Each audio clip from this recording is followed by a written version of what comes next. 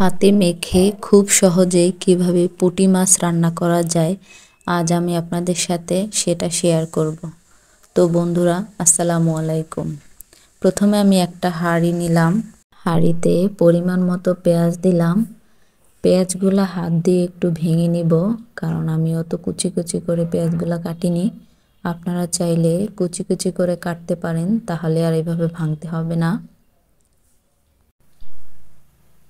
এরপর আমি তাতে আদা বাটা দিলাম, একটু রসুন বাটা পরিমাণ মতো,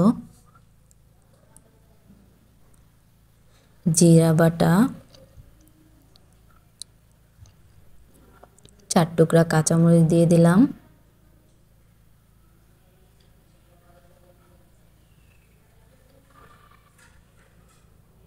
এরপর স্বাদ মতো লবণ দিলাম।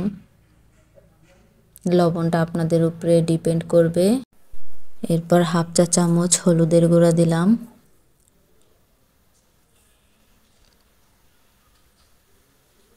এক চা চামচের মতো মরিচের গুঁড়া, যে যেমন ঝাল খায় সে তেমন দিবেন। আমি একটু ঝাল বেশি খাই, তাই একটু বেশি মরিচের গুঁড়া দিলাম। এরপর পরিমাণ মতো রান্নার সয়াবিন তেল দিলাম, আপনারা চাইলে এটা সরিষার তেল দিয়েও করতে পারেন। সবগুলো মশলা দেওয়া হয়ে গেলে এরপর ভালো করে হাতে মেখে নিব। হাতে যত সুন্দরভাবে মশলাটা মাখাবেন তরকারির স্বাদ ততটাই বেড়ে যাবে। মাখা হয়ে গেছে, এরপর এখন আমি এটাতে কিছু পাকা টমেটো দিব। পাকা টমেটো দেওয়া হয়ে গেলে সেটা মশলার সাথে ভালোভাবে মিক্স করে নিব।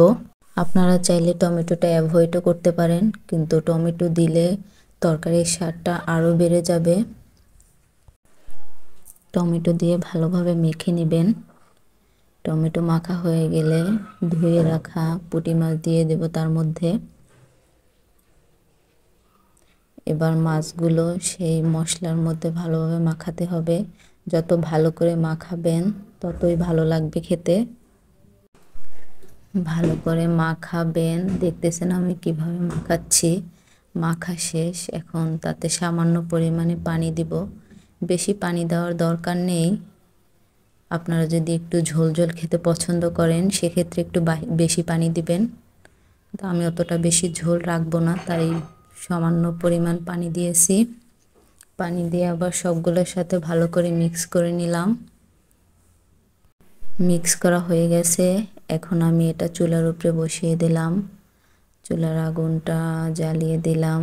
এখন একটু ভালোভাবে নেড়ে নিব। যতক্ষণ পর্যন্ত রান্নাটা না হবে ততক্ষণ পর্যন্ত আমি রান্না করতে থাকব। দেখতেছেন আমার মাছটা প্রায় হয়ে এসেছে। এই পর্যায়ে আমি দিয়ে দিলাম ধনেপাতা। আমি দেশীয় ধনেপাতাটা দিই না, এটাকে বিলাতি ধনেপাতা বলে, এটা দিয়ে দিলাম। এখানে আমার রান্না কমপ্লিট হয়ে গেছে। দেখুন দেখতে কি মজাদার হয়েছে। আশা করি খেতেও অনেক লোভনীয় হবে। আপনারা এভাবে সবাই ট্রাই করবেন অল্প সময়ের মধ্যে কিভাবে রান্না করা যায়।